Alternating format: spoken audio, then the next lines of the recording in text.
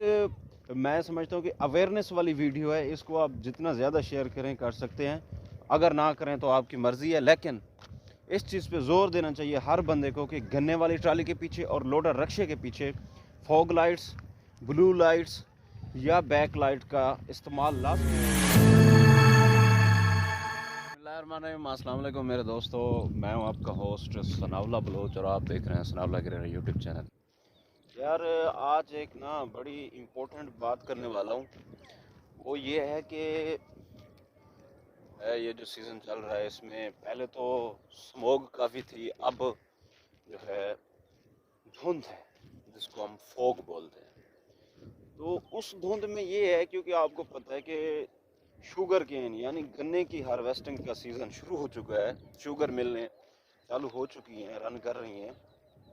सुबह सुबह जो चीज़ देखने में आई है ये कि फुल धुंध होती है और गन्ने की ट्रालियाँ जा रही होती हैं, या रात को फुल धुंध होती है और गन्ने की ट्रालियाँ जा रही होती हैं शुगर मिल की ओर।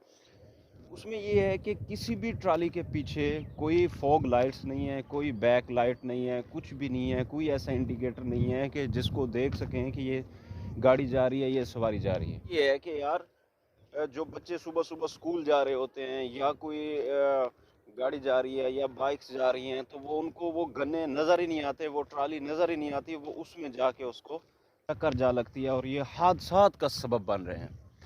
तो मैं जो हुकाम बाला है, जो तहसील लेवल पे जो एडमिनिस्ट्रेशन है, उसको चाहिए कि इस चीज़ को इंश्योर करवाएं कि जो गन्ने वाली ट्राली है या ये जो लोडर रक्शे हैं जिनके पीछे कोई फॉग लाइट्स नहीं है, कोई ब्लू लाइट्स नहीं है जिसमें कोई इंडिकेट कर सके कि यार धुंध है, इसमें सवारी जा रही है, इसमें गाड़ी जा रही है और वो देख के चला है, तो ऐसा वैसा कुछ नहीं है।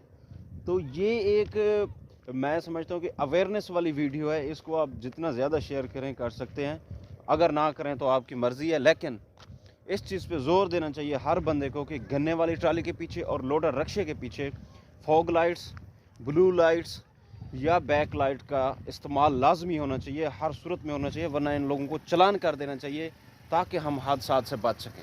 वास्सलाम।